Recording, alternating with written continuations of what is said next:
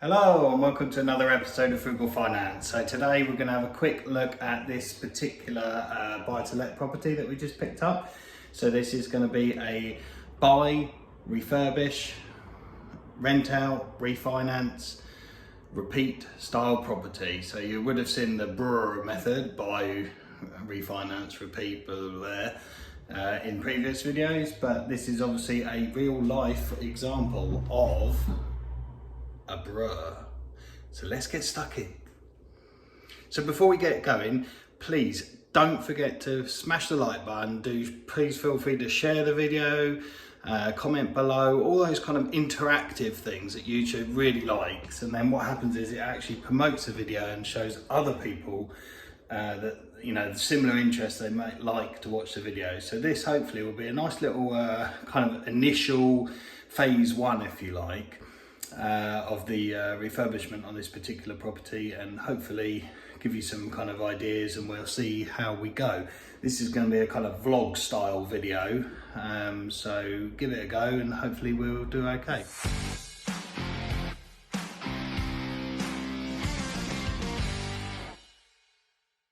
So this particular property here, which I'll bring up a picture in the right hand corner here, or left hand corner, whatever. So we bought this off market. I actually own a house in the same street already, and the owner of the house that was next door to the one I own contacted me to see if I'd like to buy that property off of him. He had recently refurbished that property and wanted kind of what I describe as top dollar. Wasn't really willing to move on it, so we kind of moved on from there.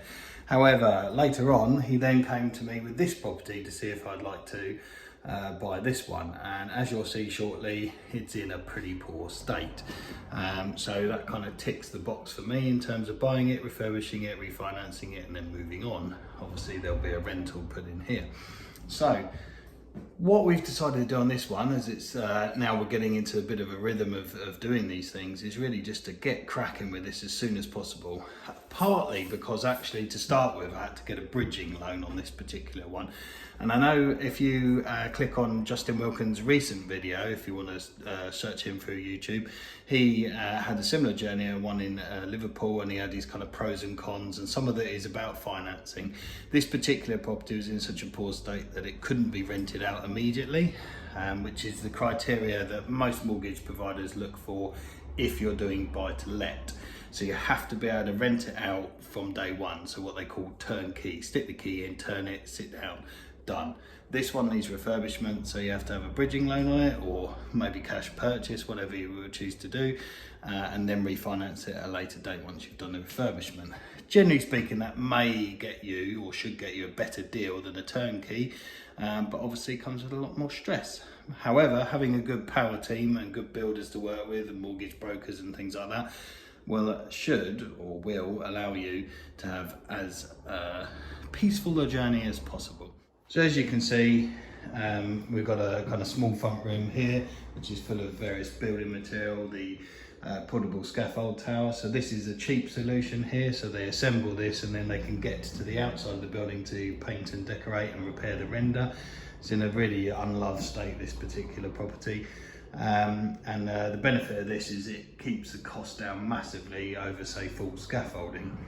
Downside for me from a marketing point of view, can't really put a banner on promoting my main firm, but you can't have everything. The cost of that is quite prohibitive. Then we have a small lounge, small hallway, here. Obviously you have to excuse the mess. We have literally just picked up the keys for this and then cracked on with the job. Literally we picked the keys up on Friday. This is Wednesday today, and they were here yesterday working, so we are wasting no time whatsoever on this particular property. Already typical of these sort of mid-terrace Victorian style properties in the south of England, or all over the UK really, that you end up with a whole sea of problems. So this is the kitchen.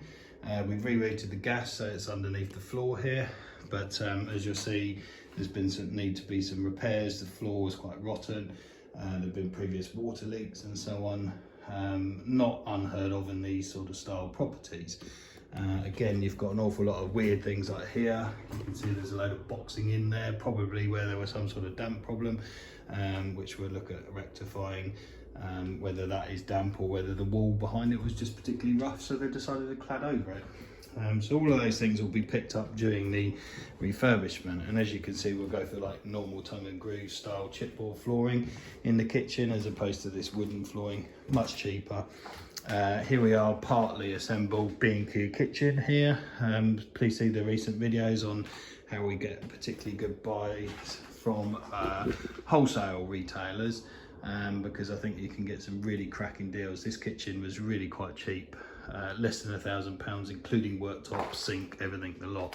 So pretty good deal. And then we come up these stairs here. So there's a pretty steep, because they're sort of Victorian style stairs. Bathroom, a little bit of a low ceiling in this particular one, but not too bad. And we're just doing some light refurbishments in here. We're going to do some retiling, re-electrics along the top here, create this into a shower, fix this toilet, clean that up or replace it, and do some kind of cleaning up of the tiles and things like that. But generally speaking, this room isn't too bad. It'll be what we call refurbished, if you like, or overhauled. Then we have bedroom number 1 or 2, the smaller of the 2 bedrooms.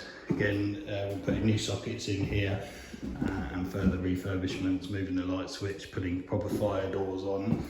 And on that note, we're putting a fire alarm that's linked, and then we will be running the cables for additional electrics and the fire alarm up into the loft there, ready for a loft extension at a later date. I'll come on to that in a minute. So we've got the main bedroom, which is absolutely huge, typical of these sort of style properties. Again, this is going to have a sort of inbuilt wardrobe arrangement here, fire door and further electric. That gives you a kind of rough rundown of the property. And one of the things that we're doing at the moment, obviously because we're on a bridging loan, we will need to refinance this pretty quick, because there's a finite time that you have in order to clear the loan off. So we need to sort of refurbish it and refinance it. So we're not choosing to do the extension at this stage. We may come back to that at a later stage, and it will obviously spur off from that staircase that we walked up to. Nice easy extension at a later date, add some value to the property, and also we'll be able to rent it as a true 3-bedder, because this is kind of a 2/3 bed, depending on how you choose to lay out the flat and lay out the property even, sorry, not the flat. So yeah, I think overall things are progressing well, as we're only kind of really 48 hours into things. Yeah, we'll continue to vlog the process and see how things go. But hopefully that gives you a kind of rough idea and some insight into what we're doing at the moment. Obviously we've got this, is going to be a refurbishment property, we'll refinance it, so we'll try and cover all of those aspects, kind of on a live, as it happens, blogging style thing, and then really at the end process what we get out of this, and then if there are any pitfalls and things.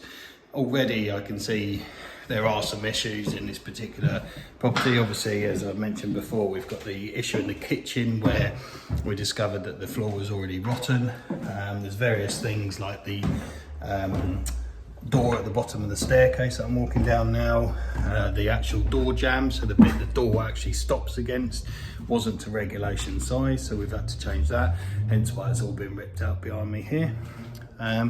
And then obviously things like for the flow of movement, we'll be hanging the doors on the more convenient side to the room, because they kind of opened into the room as opposed to into the wall adjacent, which then often means you've got to move the light switch.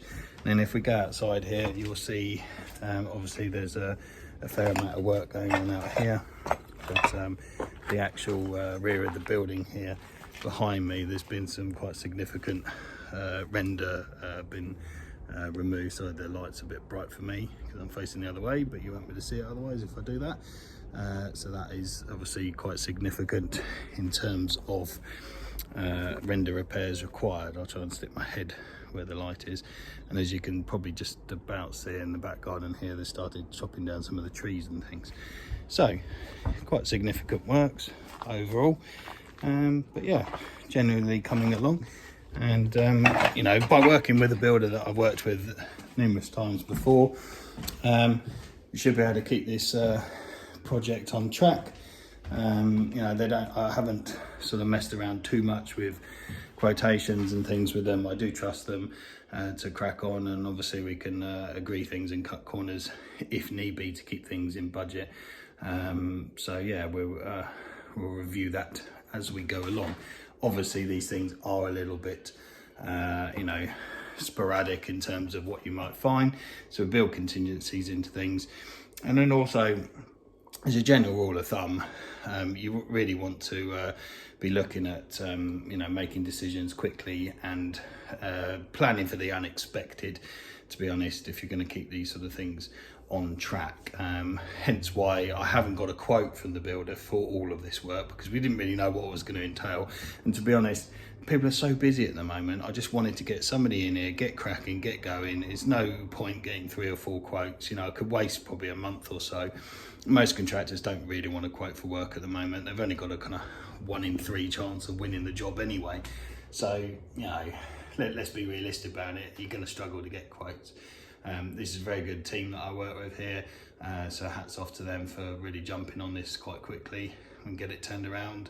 And obviously keep them happy as much as getting a tenant in here and getting it refinanced. So if you like that, please do smash the like button. Don't forget to subscribe, comment below. Hopefully you like this kind of vlog style thing. I haven't used this little gimbal camera thing for a while, so hopefully you like that.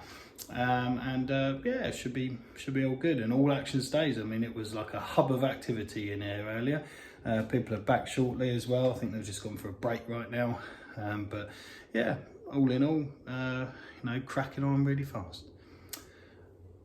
Don't forget to subscribe, press the like button, comment below. Hopefully watch this to the end, and I'll see you soon.